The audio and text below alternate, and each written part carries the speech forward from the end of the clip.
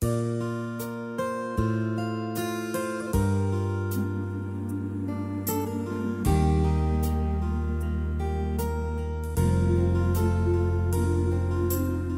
位观众，大家阿弥陀佛。现在下面我要为各位大家介绍，名字叫做宽容。宽容。那么有一天早上啊，有一个肉摊的老板呐，开门，就看到了一只狗啊，嘴中含着一张纸条啊，纸条，他很好奇的把这个纸条就打开了。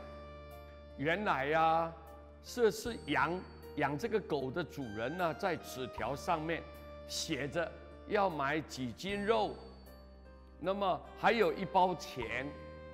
这个肉摊的老板呢，忍不住就笑了，啊，把这个肉啊称好了以后，把找的钱呢把它包好，就让这只狗啊就咬着，然后回家了。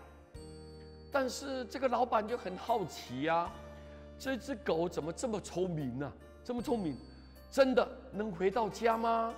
他就跟在这个狗的后面就发现到这只狗不但咬着这个肉，还到这个公车站啊去搭车，下车以后呢，就急急忙忙的就回家了。到了家门呢，他用前脚啊在大门上面就抓了几下，就无人应门呐，里面没有人回应，他就绕到后面呢，对这个窗子呢就大吼3声了，轰轰轰就喊3声。这个事主啊，就养这只狗的主人呢，开门呢，但是却用这个脚啊踹他一下，把这个肉跟钱呢就拿走了。哎呀，这时候这个肉摊的老板呢就不了解了，这么贴心聪明的狗，主人怎么忍心去踹它呢？啊，只听到这个主人很气愤地说：“哼，你已经2次忘了带钥匙了你。”啊，英国的首相啊，丘吉尔，他曾经应邀去演讲。台下呢就递来一张写着“傻瓜”这个字条，2个字“傻瓜”。丘吉尔心里面知道有人想要羞辱他呀，他却神态自若的说：“哎呀，刚才啊，有一位听众送来一张纸条，这位听众哈，哎呦，真糊涂啊，只在纸上签下大名。”却忘了写内容啊，说完了以后，就微微的一笑，又继续演讲。各位，我们人总是严格的待人，但是对自己非常宽宏大量的，宽以利己。一只狗啊，能替主人买肉，已经是一个非常难得的成就了。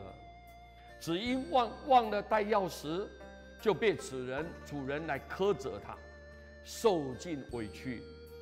事主呢，事后想想看，自己曾几次忘了带钥匙呢？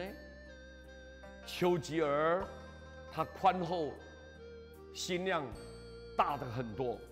他不但不斥责、羞辱他人，幽默来化解到这种挑衅，也保住了他自己的尊严。所以，我们人呐，相处得饶人处要且饶人。佛门讲究的慈悲、宽容，就是一种慈悲心。